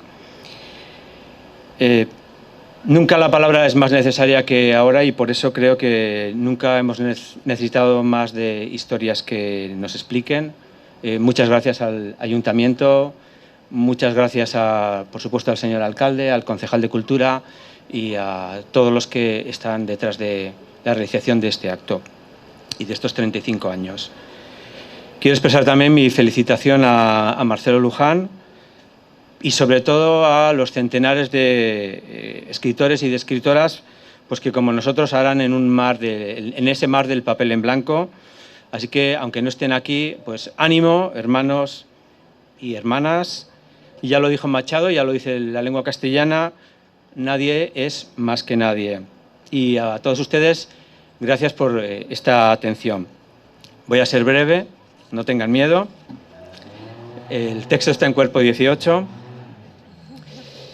Voy a empezar por mi relación con Murcia. Mi relación con Murcia es milagrosa y no me refiero a las dificultades que los controladores italianos han puesto para que yo llegara hoy aquí. Quiero empezar también teniendo un recuerdo para el trabajo que realiza la Biblioteca de Torre Pacheco. Estoy pensando en Juana Sánchez, y para los amigos de Mula, dos lugares de Murcia que me distinguieron con 2 relatos. Y ahora me explicaré en cuanto a lo de mi relación milagrosa con Murcia. Por azares de la vida, mi abuela conoció a una monja murciana de Santomera, que entonces hace ya muchos años, estaba creando una congregación que se llama Esclavas del Amor Misericordioso. Es un dodecasílabo bastante difícil de entender. No me voy a explayar...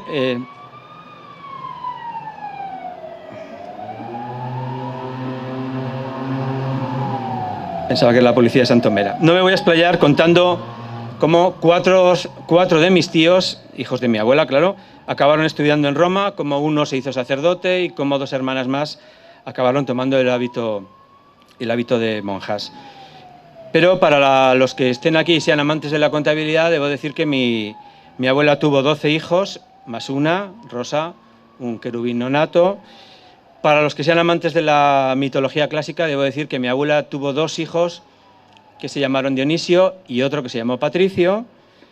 Y para los amantes de lo heroico, de lo novelesco y de lo sentimental, tengo que decir que el personaje más interesante de toda esta camada es, por supuesto, mi madre, que se llamaba Elvira. Ese nombre marca mucho. Mi madre, mi padre también, siempre tuvo una fe extraordinaria en los poderes, voy a usar un palabra, apotropaicos de esta monja, es decir, poderes protectores. ¿Ustedes creen que existe el mal? Yo no creo que exista el mal, pero sí creo en los amuletos, ¿no? Hoy me acaban de dar uno. Y creo en los amuletos porque suelo percibir cuando escribo su aliento, el aliento del mal detrás de mí. En breve tengo que decir que esta monja milagrosa, esta monja murciana, la Madre Esperanza de Jesús, apareció por los años 60 en mi ciudad, en una Pamplona carlistona, que se empezaba a desperezar, que empezaba a salir de ese letargo de 4 guerras carlistas y una guerra civil. Y mi madre, junto con mi padre, que en aquellos momentos llevaba 2 años con muletas. Mi padre se cayó en el hueco de un ascensor. Los que hayan leído el cuento recordarán que la protagonista es una niña que ansía volar. El cuento no está basado en mi padre. Mi padre, desgraciadamente, no sabía volar. Bueno, pues mi madre, mi padre, mis 3 hermanos y yo acudimos a visitar a esta monja. Yo acudí dentro de la tripa de mi madre y esta monja pues nos impuso sus manos, a mí, como ven, de manera extrauterina. Bueno, yo no sé si ustedes creen en la imposición de manos, yo no, pero sí tengo que decir que seguramente gracias a esta imposición de manos, cuando a los 2 meses de edad me detectaron, mi madre detectó que yo tenía una hernia inguinal, pues lograron salvarme, y cuando a los 13 años pues tuve una peritonitis, pues también lograron salvarme. Ya sabemos que ni en el amor, ni en el calor, ni en el hambre uno cree, uno simplemente lo siente. Yo creo que si hoy estoy aquí se debe a esta monja misteriosa, esta monja milagrosa, que me ha permitido superar la huelga de controladores italianos y que me ha traído hoy ante ustedes. La familia, los recuerdos, el misterio, los viajes son los elementos de donde afloran, de donde emanan nuestras historias, ¿no? Hoy en el Borgo La Croce de Florencia hay una peluquera, se llama Annalisa. Ayer, desde luego antes de ayer, lleva unas gafas enormes, lleva un tatuaje de piolín en tobillo derecho, lleva el pelo cortado a tazón, está hablando toda la mañana por teléfono, sube hacia arriba, sube hacia abajo, y su oficial, que se llama Arduino, atención a los nombres, está cortándole el pelo, hoy le ha cortado el pelo a mi amigo Lelé, y le está contando las vacaciones que ha tenido en Portugal. Y la frase que Lelé me ha mandado en el WhatsApp es, perdonen por mi italiano, Portogallo è un paese molto povero. Arduino es un bell'uomo, un joven muy atractivo, es un calabrese que ha sido trasplantado a Florencia, y mi amigo Lelé se pregunta qué Portugal habrá visto Arduino para decir eso. Arduino, como ven, como Annalisa, como mi amigo Lelé, son para mí carne de historia. Personajes así son los fantasmas de los que surgen mis cuentos. Yo, por ejemplo, tengo a una mujer que se llama Evangelina en mi mesa de escritura. Es una negra norteamericana y lleva, no les engaño, lleva 20 años viajando en un autobús Greyhound que está a punto de caer al Hudson, un Hudson helado, y yo llevo 20 años sin saber qué hacer con ella. Yo espero que algún día alguien me cuente la historia. ¿De dónde surgen estas historias?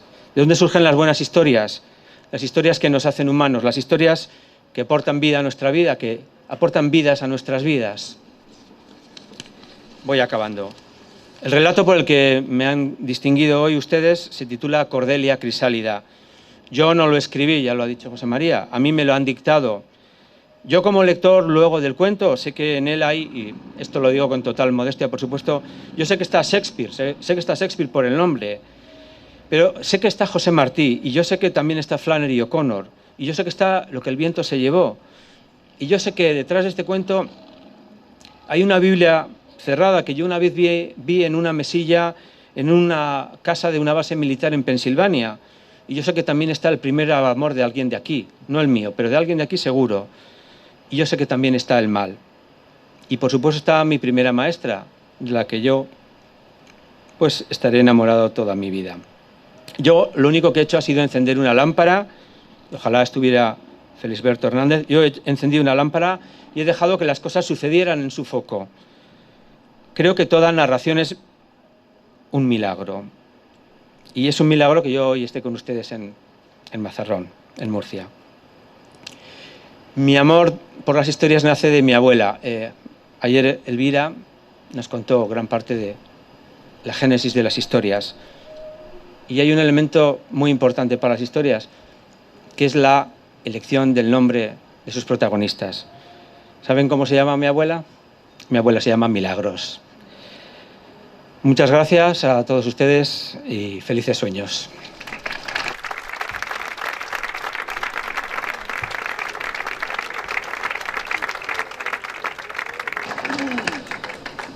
Quisiera en este momento, ya a punto de finalizar mi intervención, agradecer de forma pública el espléndido trabajo de la dirección y subdirección del Hotel Alegría Dos Playas para facilitarnos todo lo que hemos necesitado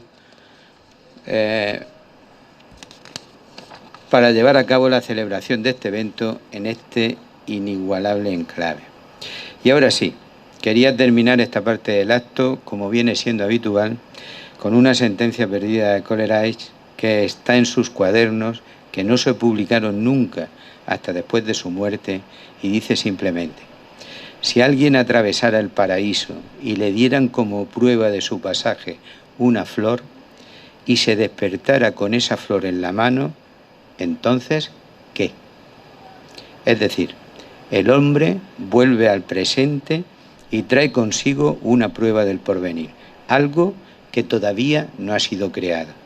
Nosotros seguiremos intentándolo para que esa realidad soñada se vaya materializando con el tiempo, porque seguiremos fantaseando con que el cuento viva y crezca en Mazarrón. Así lo espero. Muchas gracias.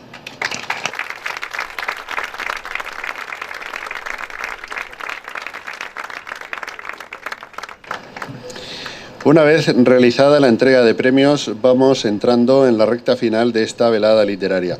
Antes de seguir, cabe felicitar a don Marcelo Luján y don Javier Izcue, que se han alzado con el primer premio y el accésit del Villa de Mazarrón, respectivamente. Y a continuación damos paso a la última intervención de la noche, donde el alcalde de Mazarrón, don Gaspar Miras Lorente, será el encargado de proceder a la clausura oficial de este acto de entrega de premios de la 35ª edición del concurso de cuentos. Tiene la palabra don Gaspar Miras Lorente. Yo sí voy a leer, ¿eh? Tampoco soy argentino, claro está. Buenas noches a todos y a todas, señores diputados, concejales del Ayuntamiento de Mazarrón que nos acompañáis, miembros del jurado, premiados, señores y señoras. El concurso de cuentos Villa de Mazarrón, Antonio Segado del Olmo, es una actividad bien conocida por todas y todos gracias a su larga trayectoria y a que se ha convertido en un referente dentro de las citas culturales del municipio en plena época estival. Y casi podría decirse que durante todo el año. Y es que el certamen cumple numerosas funciones dentro de lo que es la convocatoria anual.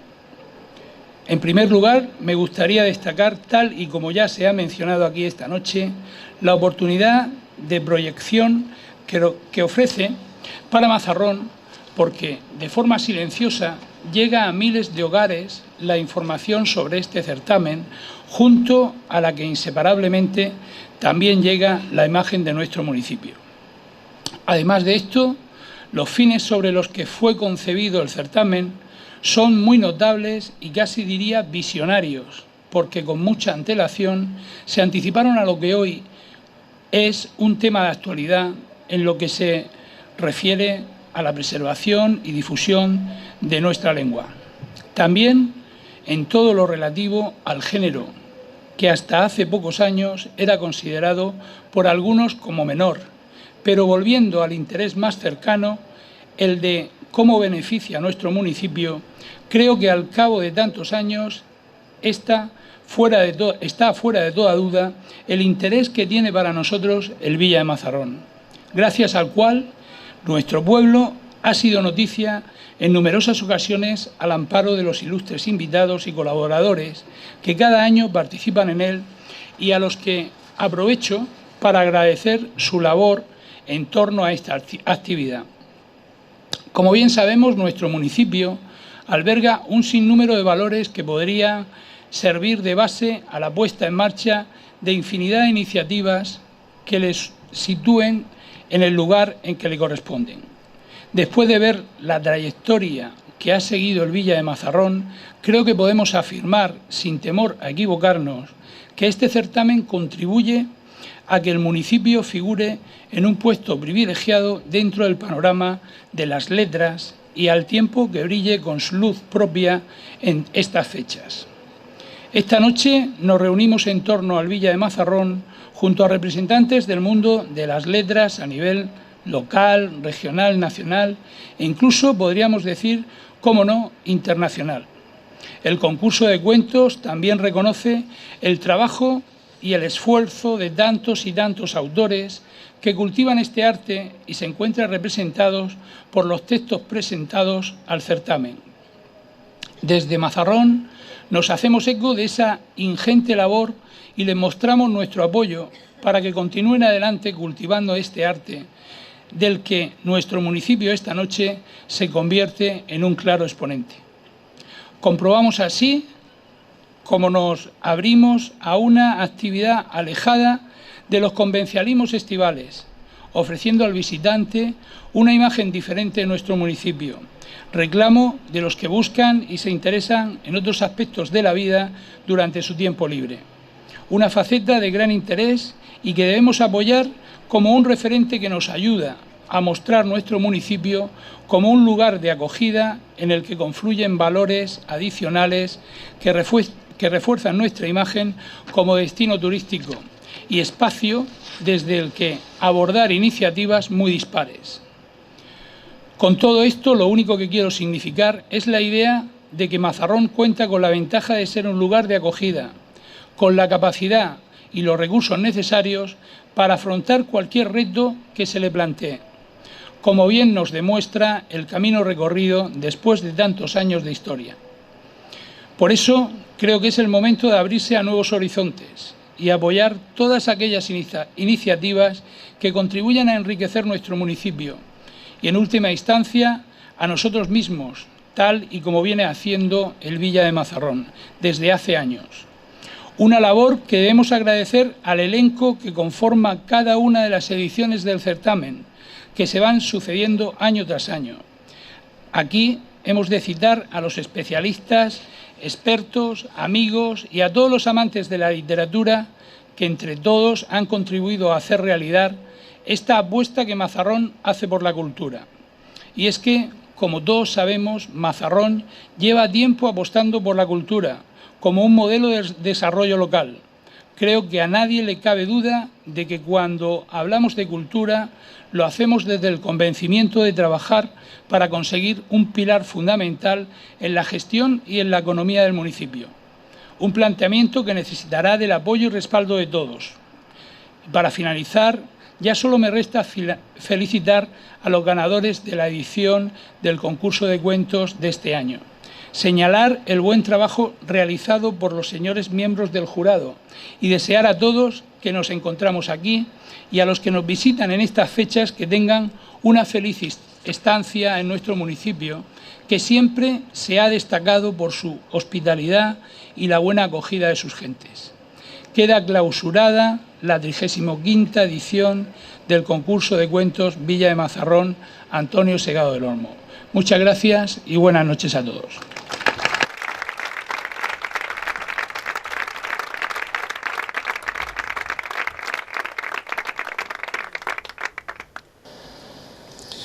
El acto de entrega de premios del concurso de cuentos Villa de Mazarrón toca a su fin.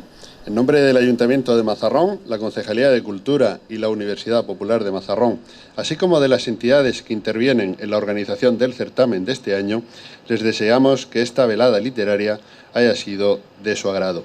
Antes de finalizar, en el 35 aniversario del certamen, nos gustaría recordar a la figura de don Antonio Segado del Olmo, en cuyo honor venimos realizando este certamen desde hace tanto tiempo. También reiterar nuestro agradecimiento a los medios de comunicación aquí presentes esta noche, que fieles a nuestra convocatoria contribuyen a difundir esta cita literaria. Del mismo modo, agradecer al Hotel Alegría Dos Playas la gentileza de permitirnos participar de este maravilloso enclave en el que nos encontramos y que ha sido el marco donde se han desarrollado las actividades del Villa de Mazarrón de este año. Por último, solamente recordarles que al término de esta entrega de premios les animamos a que se queden con nosotros y continúen en nuestra compañía. Para ello, les indicamos que se desplacen al pasillo lateral a su derecha para la retirada de los asientos y poder adecuar el espacio central para la invitación que se servirá seguidamente. Deseamos que estén pasando una buena velada y que esta actividad haya sido de su agrado. Muchas gracias a todos por su presencia esta noche y muy buenas noches.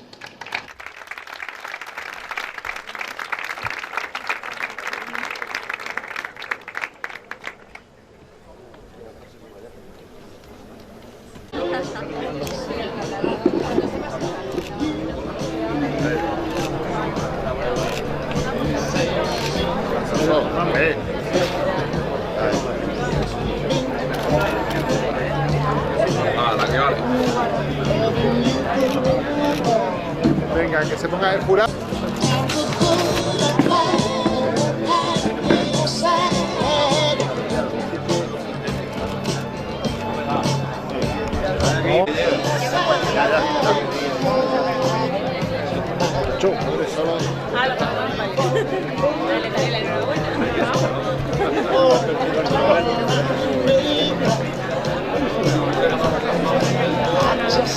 Ahora solo.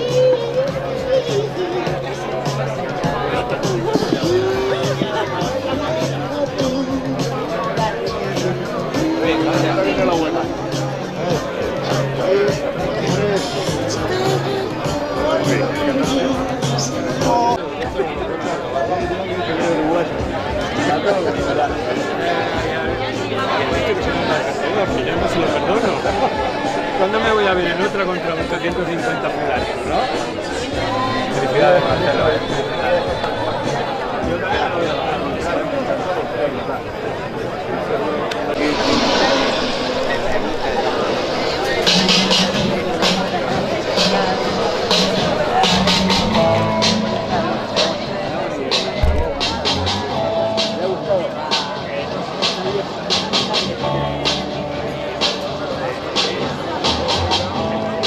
Asociación de Radio y Televisión de la Región de Murcia.